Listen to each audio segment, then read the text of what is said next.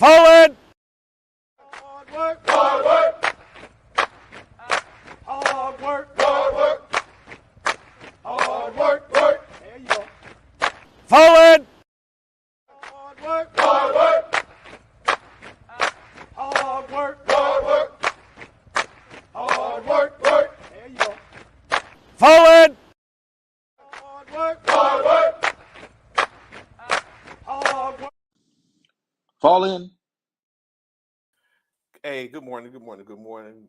What it do, what it do, what it do. It's me, your boy Trey, and you rock with your favorite vets on the next. Welcome to First Formation Morning Sports Talk.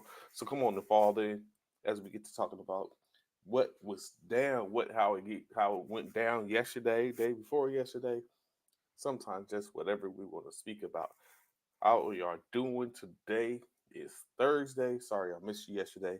I had to get into the job that pays me to get some things taken care of. But I'm here today. That's what counts. So, of course, a lot going on. You had the NBA Finals Game 3 last night. Some rumbling in the NBA in general. Of course, we know that NFL is coming. Um, so there's a couple of things to talk about. First and foremost, let's get talking about the games yesterday for the hardball. That is the Major League Baseball. A few games went on yesterday. Two games postponed. Of course, the Detroit Tigers versus the Phillies and the Chicago White Sox versus the New York Yankees. Games are expected to be made up uh, today, I believe. But of course, some other games did go on. First and foremost, excuse me, I'm sorry. First and foremost, the Los Angeles Angels and the Chicago Cubs face off. The Angels get that game by the score of 6-2. The San Francisco Giants and the Colorado Rockies do battle 5-4 for the Giants. St. Louis Cardinals, Texas Rangers. Cardinals get the 1-0 dub after the endings were completed. Milwaukee Brewers win 10-2 over the Baltimore Orioles. The Atlanta Braves get a two-game distance victory over the New York Mets. Cleveland Guardians 5-2 over the Boston Red Sox. Houston Astros fall to the Toronto Blue Jays by the score of 3-2. 6-2 Diamondbacks versus Nationals. Diamondbacks with the win. Tampa Bay Rays 2-1 over the Minnesota Twins. Miami Marlins knocks out the Kansas City Royals by the score of 6-1. San Diego Padres get the 10-3 victory over the Seattle Mariners. After that, Oakland Athletics fall up and get the 9-5 victory over the Pittsburgh Pirates, and the Dodgers fall 6-8 over the Cincinnati Reds. So, in other action, of course, we know the WNBA is in full swing. They had a couple of games last night. One game postponed, the New York Liberty Lynx, due to the poor air quality that was out there. But there was another game that did take place. The Mercury fell to the Dallas Wings by the score of 84-79 for the Mercury. Two games tonight. Of course, there's top teams in the WNBA, that being the 7-0 Los Angeles. I wish it was Los Angeles. I'm sorry. Las Vegas Aces facing off against the 6-2 Connecticut Sun tonight, 6 p.m. Eastern Standard Time. You can catch that on Prime Video for the airing.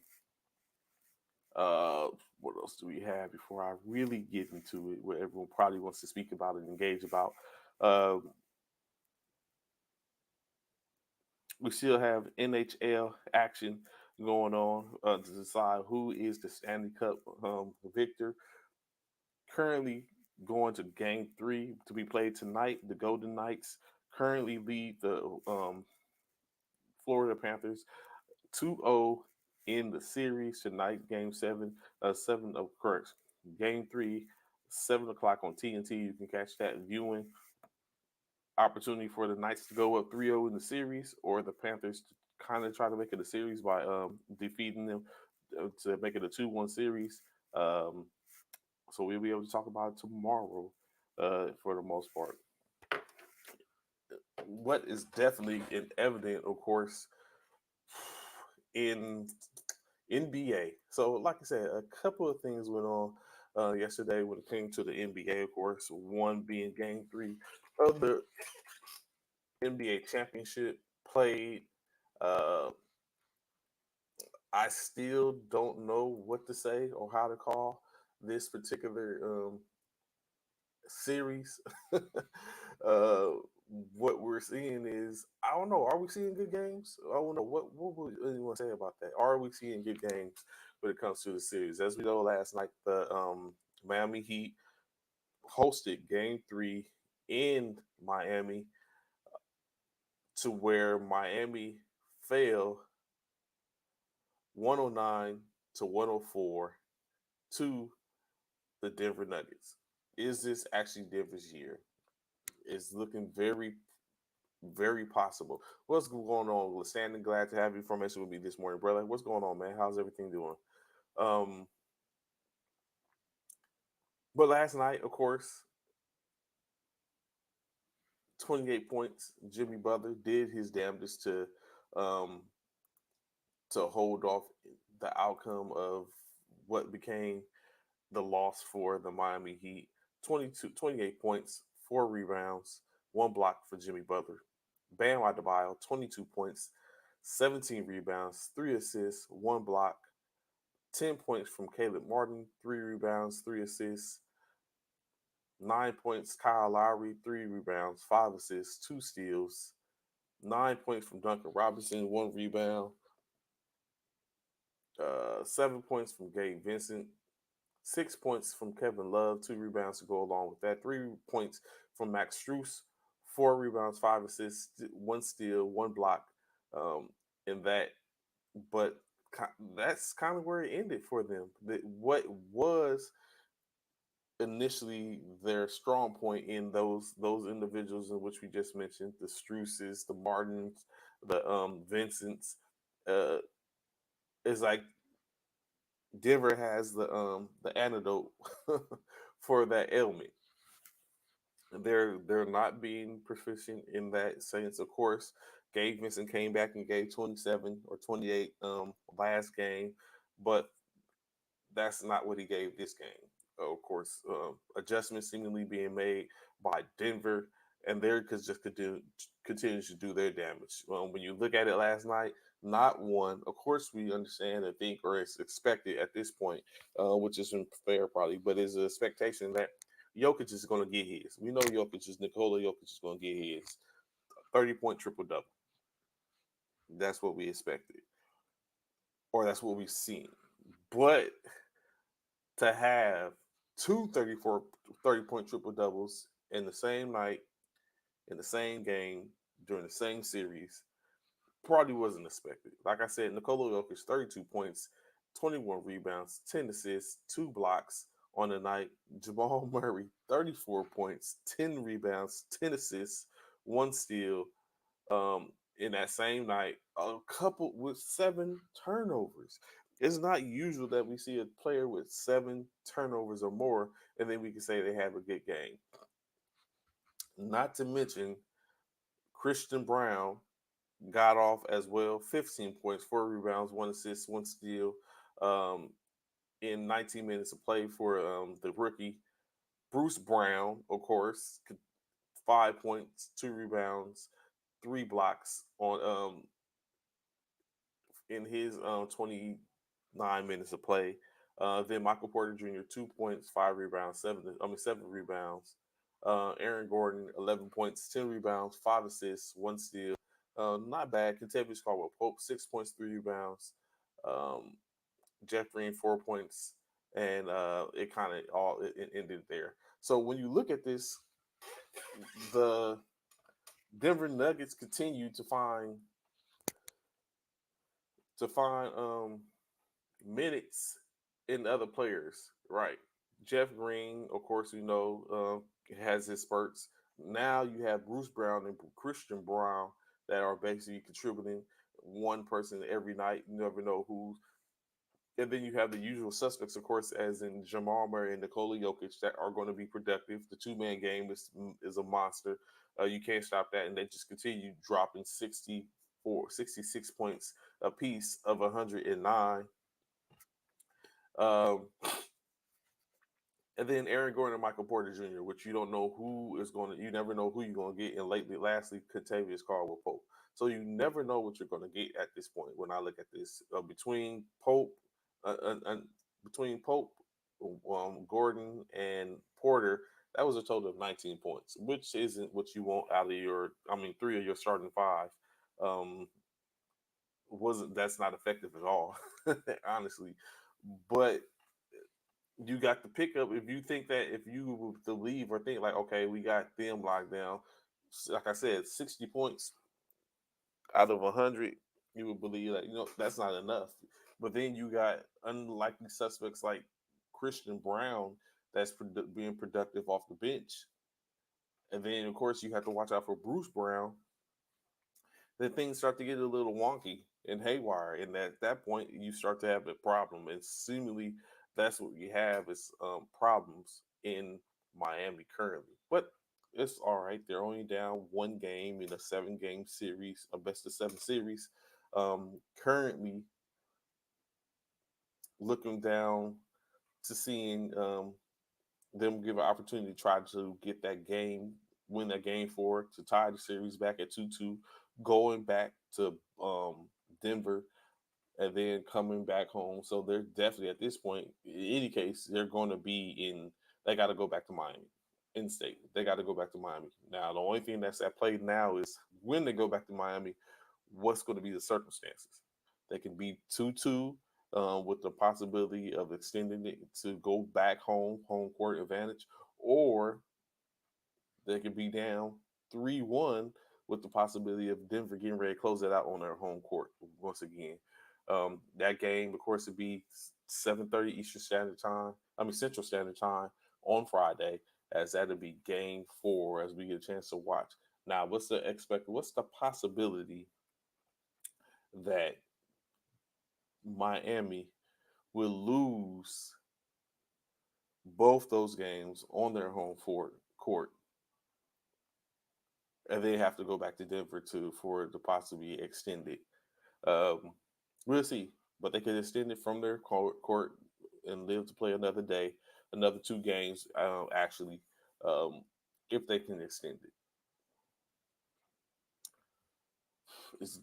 it's it's getting kind of interesting. I don't know. After last night's play, the ability to not be able to stop or to allow Jamal Murray to get 7 turnovers, the most turnovers in the game uh, by far.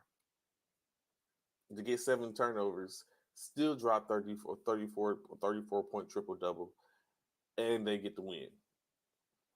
We talked about the other night how Jaylen Brown, he had the 8 or 9 turnovers in the Boston Celtics series, and how that all played out, and they weren't effective. But to allow that to happen with Murray, and then like we said, Jokic is always going to be that. It boggles me. Like, we see had the game with Jokic, Nikola Jokic, right? And then you think about all the past big wins in which how Nikola Jokic, of course, gets a lot of comparison to Sabonis from back in the day before he started to get become injured and he let his injuries start to pile up on him. Are big men out of other countries, overseas big men, are they better and more and, and better than Grace skilled? What's going on, TT? Good morning. Glad to see you. Information this morning. How you doing? I see you on a world tour. But yes, that is the outcome. Like, are those people better skilled? Are they better skilled at this point? When you look at those big men, when you start to go back, Hakeem Olajuwon, now Nikola Jokic, Giannis Antetokounmpo,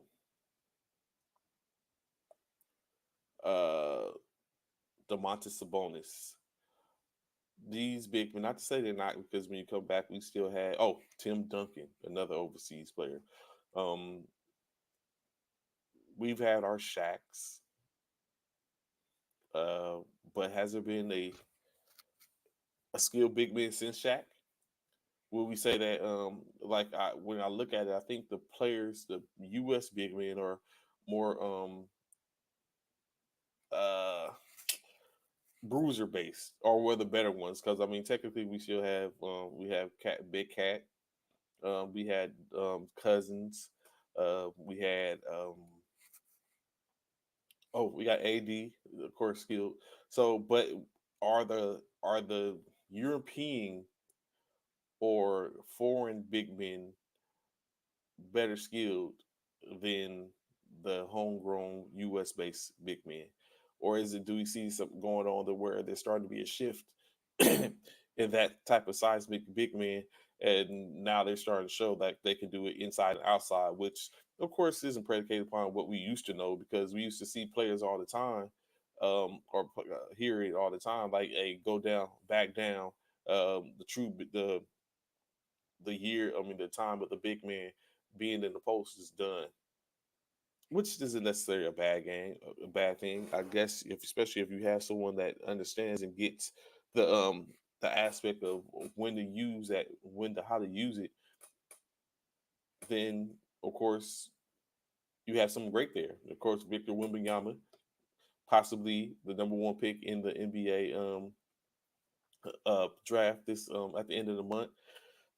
He could potentially be another one of those, even though everyone talks about he's a little light, but at 7'2" or 3", the ability to handle the ball, the ability to shoot, very KD-esque. He's is expected to be huge. What's good, Eric? What's going on, fam? What's going on, brother? Oh, we were definitely gonna get to that. Definitely gonna get to that. All these players is being let go. Unfortunately, I'm very sure someone like San Francisco wouldn't go after him because there's no need for him now. But unfortunate, I see your emojis. Definitely unfortunate. So with Jokic, like I said, uh, honestly, one of the best big men that's out there right now. Basically, having his way with teams, triple double, averaging a triple double in the playoffs. Already a two-time MVP. At this point, I would like to say that he's probably at this point a clear favorite for the NBA championship, but that was me conceding and saying that Denver's going to walk away with this championship, and I don't know that yet.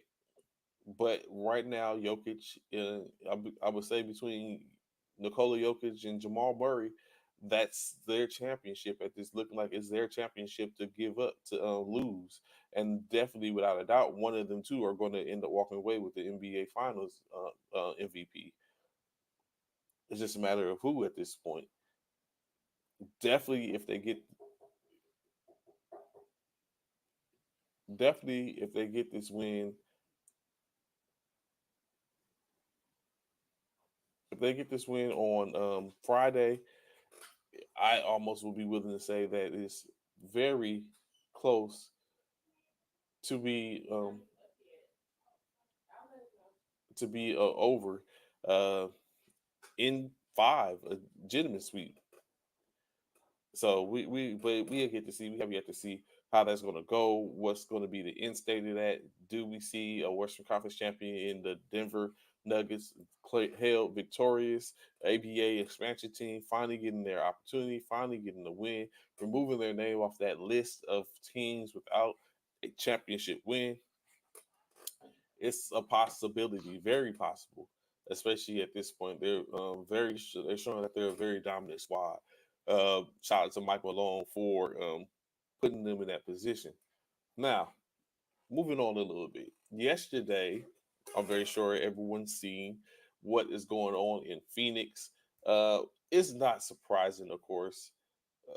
Definitely, in my opinion, not surprising when you look at the situation.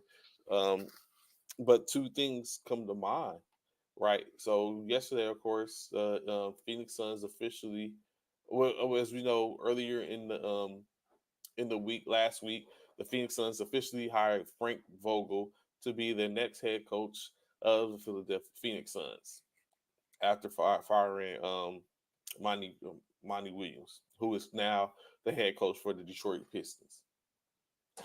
Now, of course, what's in play is the Suns reportedly are expected to or have waived Chris Paul, 12-time NBA, almost said NBA champion, 12-time uh, NBA All Star, with 2 years remaining on his contract. Now, of course, when you hear this, it's like, wow, they waived Chris Paul, but it really doesn't. Honestly, it doesn't really make any sense. I mean, make a difference because there's a bunch of different things that can be in play here. So, like I said, Chris Paul has 2 years remaining on his contract. I'm not sure what the figure is, but he still has 2 years remaining on his contract. So, of course, being waived, he has to clear waivers. That's the first thing. But in that aspect of it, we take a look at it, it's like, well, this could just be a ruse where they're basically going to bring him back after waiving him. They're just freeing up some space to be able to negotiate his contract, or because they're going to be on the hook anyway, so they're going to have to pay him more money, but they want to clear some space, bring him back, maybe move that money and make it and restructure that contract with a little money on the back end and bring him back. But he has to clear waivers. Of course, no team. It becomes a strategic chess match in a sense. So of course they can go ahead. He can clear waivers and then become an unrestricted free agent and able to play and sign with whomever for whatever, because he's going to still be owed money by the Phoenix Suns. In which, of course, they can stretch that and do whatever with the money that the rest of the money which they owe. Excuse me, I want to know how much do they owe him. Pardon me for a second. I should have looked at this yesterday. Give me one hot second. 1 second. Yeah, yeah.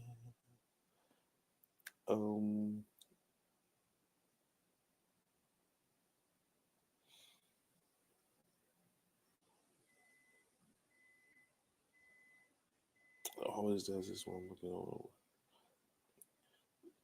Well, as I pull this up, so yeah, so they, as I'm saying, they can sign him. I mean, he's going to get paid that money regardless.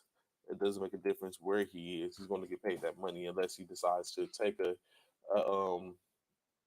different cut, um, a different price.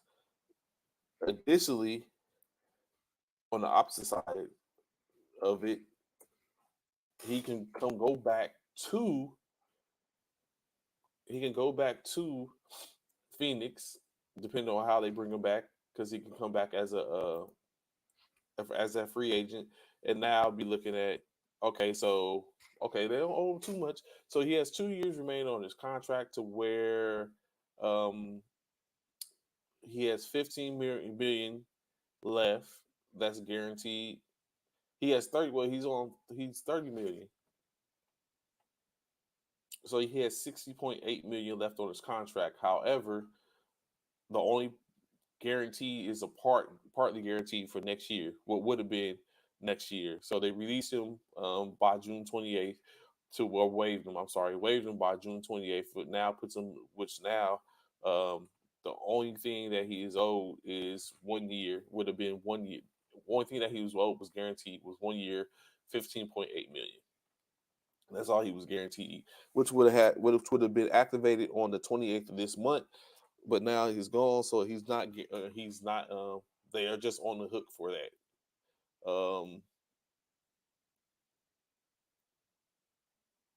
So yeah, so that was all. His second year wasn't guaranteed, and he would have been a free agent at 40 years old. So now he's going to be 38 with 15 million guaranteed. That's all he has is 15 million that he was guaranteed. It would have been 30 million would have been fully guaranteed had he made it past the 28th. So he's only on 15 million.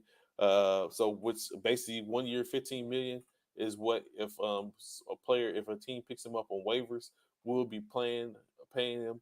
If he makes it to free agency, then he's free to sign for whatever at that point. Still, Phoenix is going to owe him that 15.8 million unless they're able to renegotiate it or unless they're able to waive it. I know some talks were thinking about trading him potentially, which they can go down. So what do you think? Anyone that's out there listening, and the sound of this voice, what's the ceiling for Chris Paul now? Do we see him on another roster?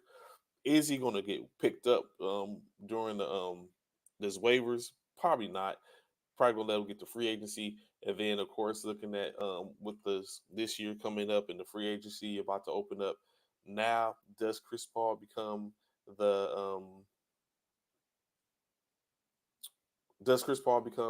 the top free agent in the NBA? I seen that yesterday. I don't think so. That would be foolish to say that.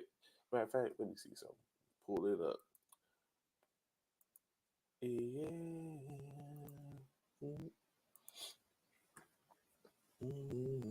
Yeah, there's no way Chris Paul is the top free agent. Oh, he might be. Harrison Barnes is a free agent.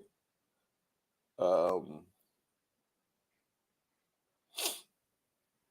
Malik Beasley, he was in possibly the free agent. Dylan Brooks. Um, so Chris Paul probably would be the top free agent. Yes, Chris Paul.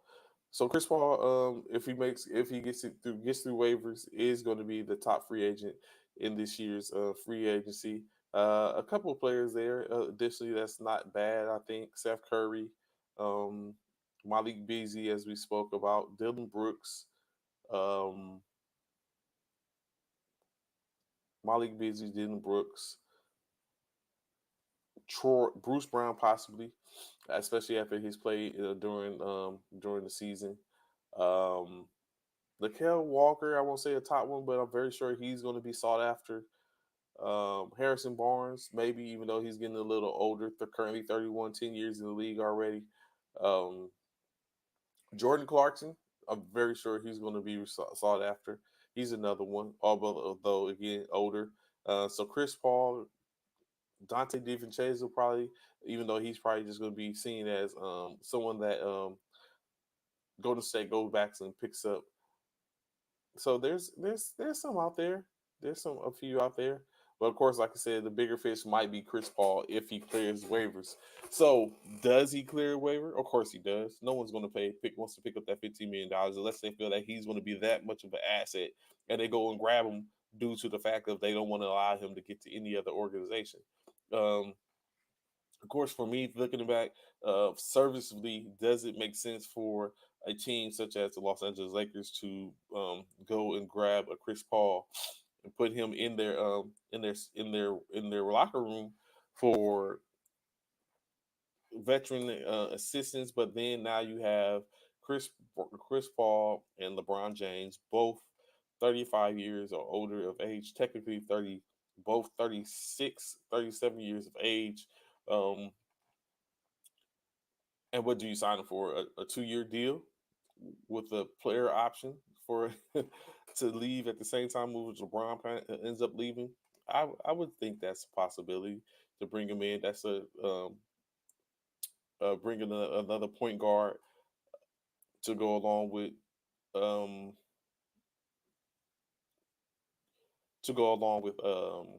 LeBron James and Anthony Davis. Yesterday, I see a conversation where the ideal, which I wouldn't be opposed to either, especially with the idea of maybe having a Chris Paul in the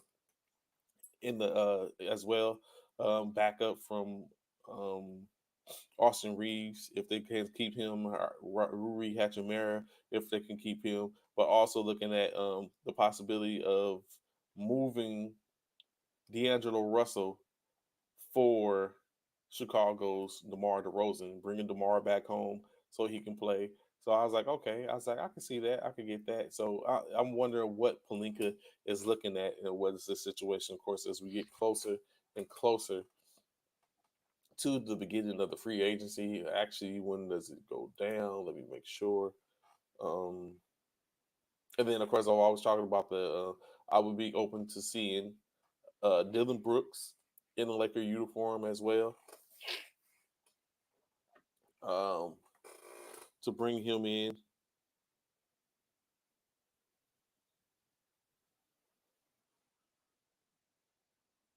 One second.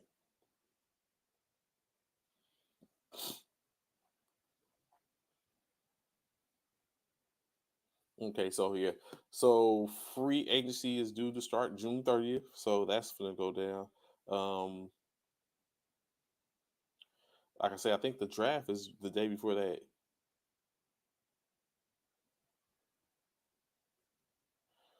Oh, something is in my eye. Hold on.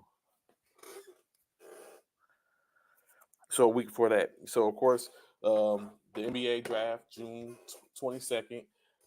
Then you have the moratorium period, and then you're gonna have and then you have the. Excuse me, I'm sorry. NBA draft, and then you have the NBA free agency starts 7 days later on the 30th, where you see what's how's going to go down and who it is. So basically, we got roughly 22 days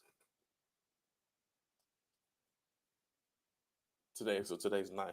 So we got 20 days before 21 days before the draft go before the free agency starts to where we see it. So of course this week potentially we know the NBA season ends on the 18th with the culmination potentially of the playoffs unless Denver or Miami are able to take care of business prior to that, but it won't go past the 18th as the game 7 will be on June 18th.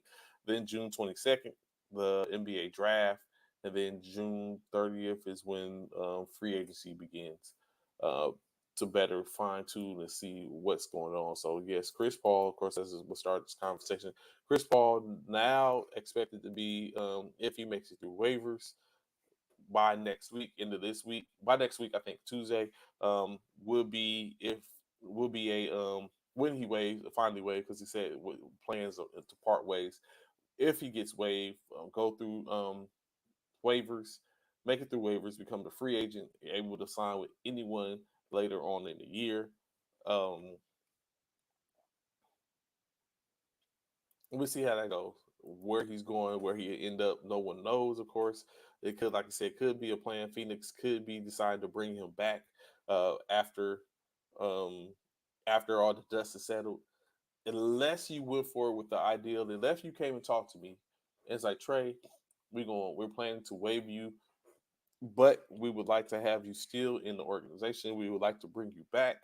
So if you're able to make it through waivers, we're going to want to re-sign you once we go through and see what our what we have left after the fact. Are you fine with that? I might be like, no, I'm not fine with that. I don't think I will be fine with that. Especially if I know there's a market for me. In state is it's Chris Paul. There's going to be a market for him. Now he might not be able to get what it is that he wants, but he's going to be a market. What he knows is guaranteed he's going to get 15.8. That's a guarantee. He's walking out with 16, close to $16 million, regardless if he plays another team, another for another team in the NBA. He's going to get a $16 million. He's going to make 16 million off from the Phoenix Suns unless he decides to buy out or something like that. So that's guaranteed. After that, though, you don't know what it's going to be like. I'm very sure he's going to still have endorsements. Of course, State Farm, and a couple other ones. So he still has endorsements for the most part. I'm very sure he's going to still continue to be able to do that. But at this point, it's like, no, I'm not. So I wouldn't agree to that. And if you're going to release me, then you're going to release me, or you're going to waive me. You're going to waive me. That's what you're going to do. I understand it. It's a business. Greatly appreciate understand it. But what starts to come into play, which I start to find funny, is I'm very sure the expectations was, yo, we bringing in KD. So we got Devin Booker, Kevin Durant, DeAndre Ayton, Chris Paul, and then to be waived just 2 months after being ousted out the playoffs. You waived me, 12-time All-Star Chris Paul. It's unfortunate. That's how the cookie crumbles. And then it goes back and gives me that thought, like, yo, these players that we say are potential Hall of Famers, right? Soon to be Hall of Famers. These same players who have been bounced from team to team to team, and even with all that bouncing, have not secured the NBA championship. So at least we can say LeBron has played for the Cleveland Cavaliers, the Miami Heat, back to the Cavaliers, and the Los Angeles Lakers over the course of his career. Out of two of those franchises, He's only technically played for three franchises, four different teams, but three franchises. He has won a championship at every franchise. One in LA, two in Miami, one in Cleveland. He's done that. You got players like, think about Shaquille O'Neal played for the Orlando Magic, Miami Heat, Los Angeles Lakers, Boston Celtics, Phoenix Suns. Did he play for anyone else? I think those were the five. He played for those five teams. At two of those five organizations, I think it was other people in place as well. But two, he won two of those spots. For I think 2 or 3 in LA and one in Miami. Bounce around though. Chris Paul at this point, he's the um the Hornets, Houston, Phoenix, the Clippers, like another one with five teams under the belt. Not no rings though. Carmelo Anthony, Denver, New York, Portland, Los Angeles, Oklahoma. Nothing under his belt as well.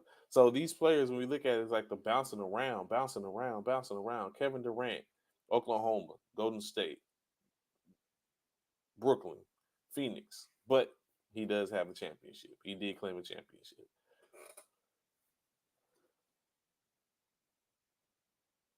So when you look at it, in-state is um he's I'm very sure he's going to be sought after. I don't know what the price is going to be.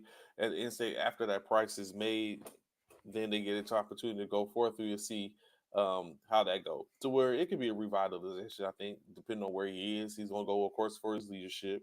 He's going to give some minutes, probably not expected to give a lot of minutes, maybe enough for him to extend his career, possibly. But where would that be? Like, where else? I'm very sure he has to be somewhere that he can sit and play and get some time. Does he finally become a Laker? I don't know. Does he potentially move and come to LA, but across the hall as back as a Clipper again? Definitely not. I don't think. Is he going to be seen as somebody that's like, okay, we have these young core, i.e., Detroit with Coach Griffin again? Um, do we see that to where he's planning to be the leader for a young core, uh, or be just a voice in the locker room for a young core in Detroit with his old coach? It's a possibility. Um, would we say he teams up with Dame in Portland and they have a 1-2 punch? Not likely. Um, does he go back to Phoenix? Just now with the idea that it's not your team, it's now Kevin Durant and Booker's team. Does he go become the player in Brooklyn? Do we see him up in Brooklyn? Does he team up with Luka and Kyrie in Dallas? Is that a possibility where they have a largely a huge guard rotation? Um, like where? would it be more? Would it be more a better spot for him to end up? Um, I guess we'll see. Minnesota, I think, could be a spot for him potentially um, to help them.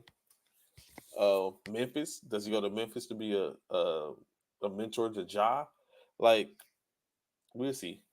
I guess the speculation could go on for days and days and days, but we'll definitely get a chance to see as he gets closer and closer to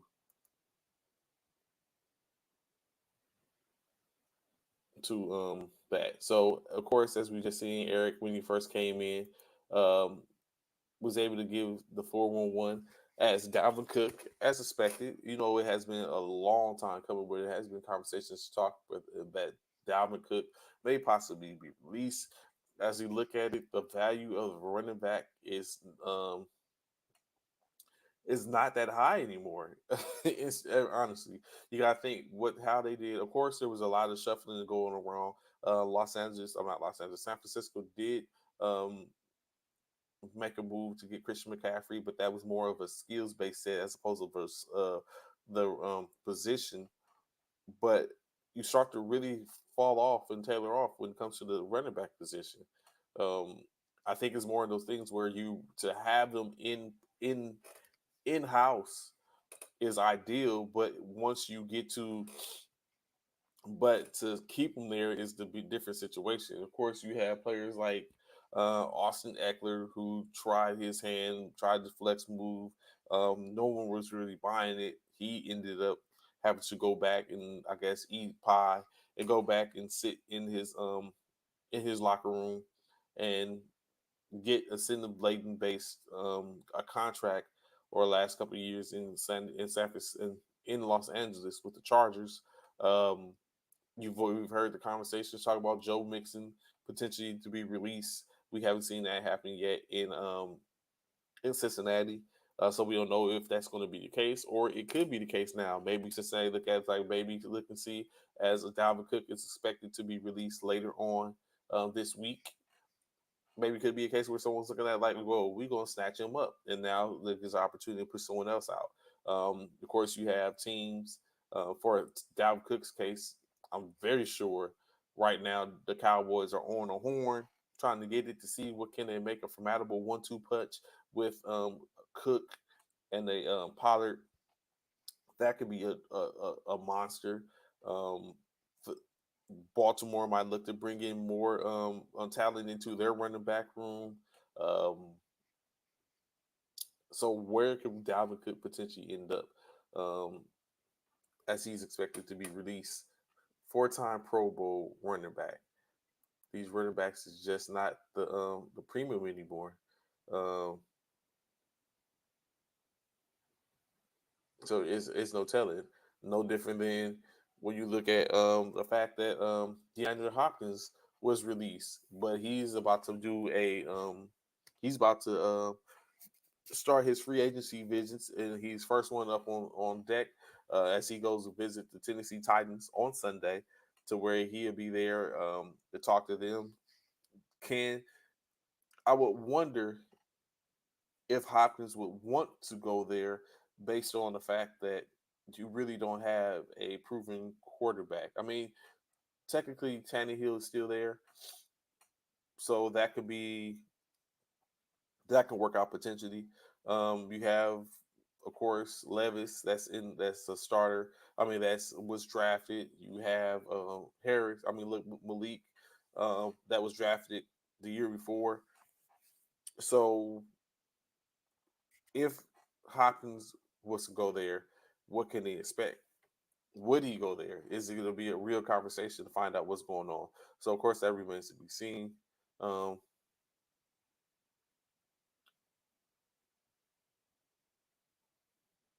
like I said, still had a conversation with Mixon. Uh, a lot is going on. A lot is going on. And is now we wonder, you know what I'm saying, what has been added into the phrase Dalvin Cook being released. So is he going to be, where could he potentially end up? DeAndre Hopkins, where could he potentially end up? Um, Of course, the message, Lionel Messier, if you know who Messier is, huge footballer, i.e., outside the country footballer, soccer in the U.S., looking to come in and play for Miami in the MLS, as we've seen like before, these top-notch, top-tier um, soccer players from uh, across the waters come in and play these MLS teams in the states, and they wreck shop, wreak havoc. They bring championships. Um, a couple teams have been recipients of that in the league. Sometimes it takes a while for them to get used. So definitely that's a huge thing. Going back into the NFL, certain things can and will we see a better NFC West this year. As we see in San Francisco, under the tutelage of three different quarterbacks, ran amok in the NFC West, almost in the NFL. But of course, this year coming back, Geno Smith is back with a second year under his belt, looking and a little more pep in the step as he got a little more money. What is his ceiling? Does he take care of business? Does he does he make the fight in the West a little more formidable? Of course, you got the Los Angeles Rams just a year or two removed from being a dominant team in the NFC West. Of course, we know they were out. They had a lot of injuries as they were without a quarterback and top receivers in Stafford and Cup. Now coming back off their injuries, ready to take the helm again. What is that ceiling going to be like? Of course, a little bit different, as I think Jefferson and Robinson are gone, or I think at least I know Robinson is gone. I'm not sure what's going on with Jefferson. Uh, they they had the debacle as they had a lot of issues in the running back room where it was people being shuffled around. Then they brought one back, and they end up keeping that one in which they was had the most problems with, and letting go everybody else. So you still had that's going on. But can the Rams be get back to that glory, or even make it to where they're competitive in the NFC West? Arizona Cardinals, they're currently going through a rebuild phase. Their um, franchise quarterback in Kyler Murray's coming off of ACL injury. He needs to get back right. They just lost their star receiver in DeAndre Hopkins as they release him. But when you look at it, DeAndre Hopkins was gone 6 games um, before the season, so he only played 11 games, and then of course Murray was out there 11 games. So was they really missing anything in Hopkins for the most part? Did they really get opportunity to see what that could have been or how it could have happened? Not really. So of course Hopkins asked and made some noise.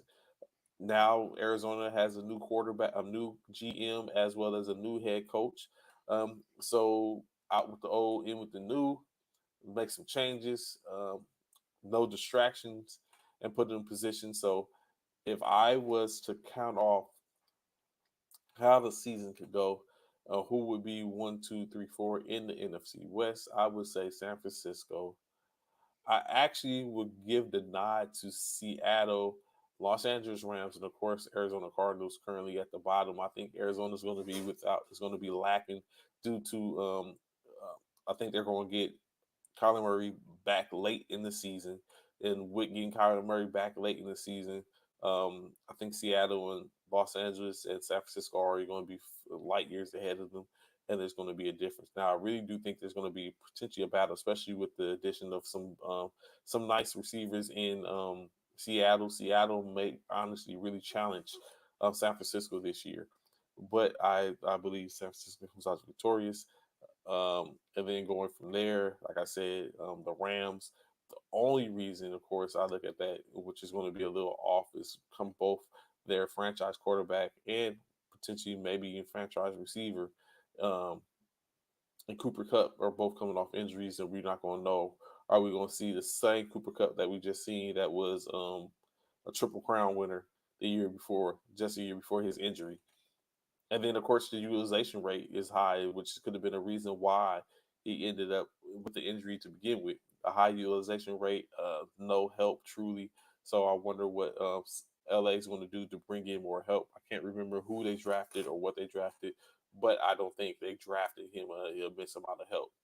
Um, so of course we got that, and then a plethora of different other newsworthy topics across and around. Talk about a couple of other divisions, but we don't know what that looks like yet. And of course, I wouldn't want to cover them all. We got a good amount of time. We're currently in June. August is walking up on us to where we have the plethora of time to get up and go over those divisions. But of course, that was the first one that was I wanted to talk about was the San Francisco 49ers in the um, NFC West. Um, when you take a look at some other stuff, Cleveland, even though Deshaun Watson's there, for the most part, free and clear of all with the allegations. Um, no suspension, so he gets a full year now to get go to training camp, get involved, get into the offense really for and get really activated into his with his team. Do we see a better version of the Cleveland Browns this year? Maybe. Like I said, you have a situation going on up in Cincinnati where you don't know if Joe Mixon is going to be there or not, which helps the cause. What's going to be the movements for Dallas and D Town and Dak Prescott? You know what? I was checking out a graphic the other day, an image, to where in the last this being the 15th year, the last 15 years, as we all know, there hasn't been a back-to-back winner in the NFC East, right? The Eagles have won, I think, 6 or 7 of the NFC championships in the last 15 years. Every team has won. Of course, the least has been won the least by um, the New York Giants. Actually, the New York Giants are actually 13 years removed from their last championship. 13. So I think they won their last championship in like 2000 and 2013. I think someone in there. But in any case, not a lot going on with the New York Giants. However, the Washington Redskins won the division. Of course, the Philadelphia Eagles and Dallas Cowboys. Clear and concisely, the Cowboys and Eagles own the division currently. Over the last 15 years, they have been the most dominant in the division. But no one has won it back to back in a long time. And of course, who may be the front runner is the Eagles this year. But I really honestly believe that the Giants, that the whole division has something to say. I don't think it's just going to roll over and lay down for the Eagles. Um, I think you might see it to where Dallas might challenge. Washington could potentially challenge as they got a new bunch of play callers and a new quarterback at the helm.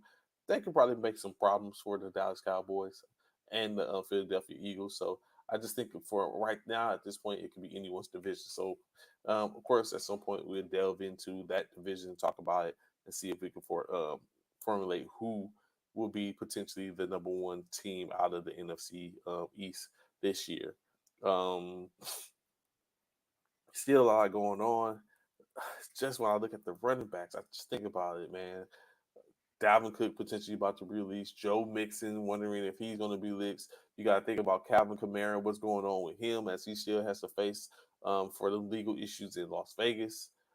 So it could be um, any anyone's guess at this point, well, especially on the state of the running backs in the NFL.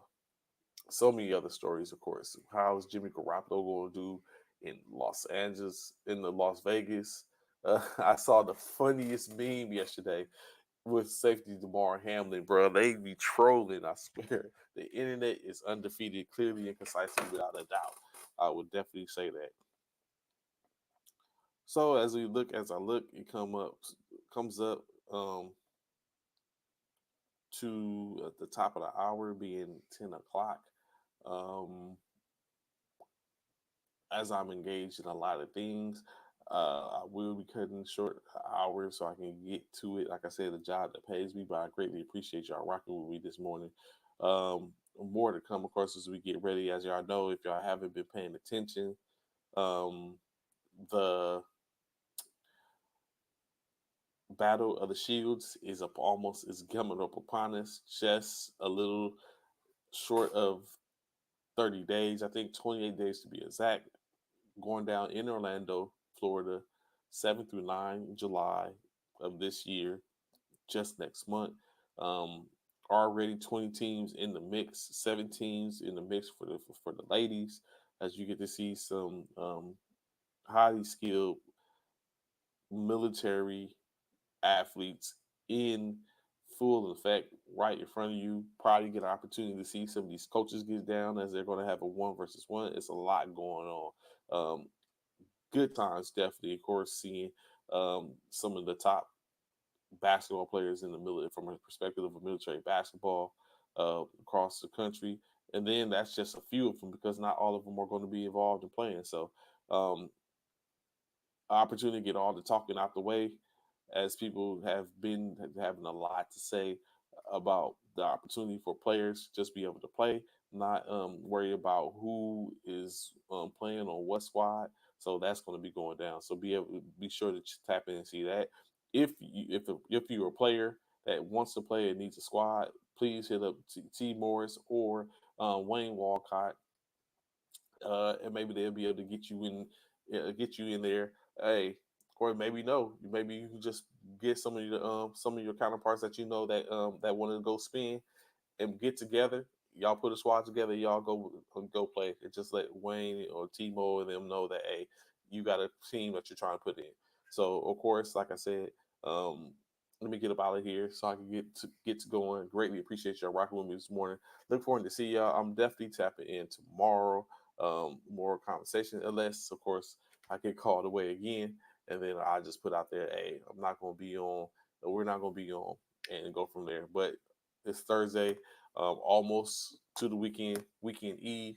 Be sure to enjoy your day, be prosperous, make things happen. Be careful. All love. Enjoy the rest of your day. Peace.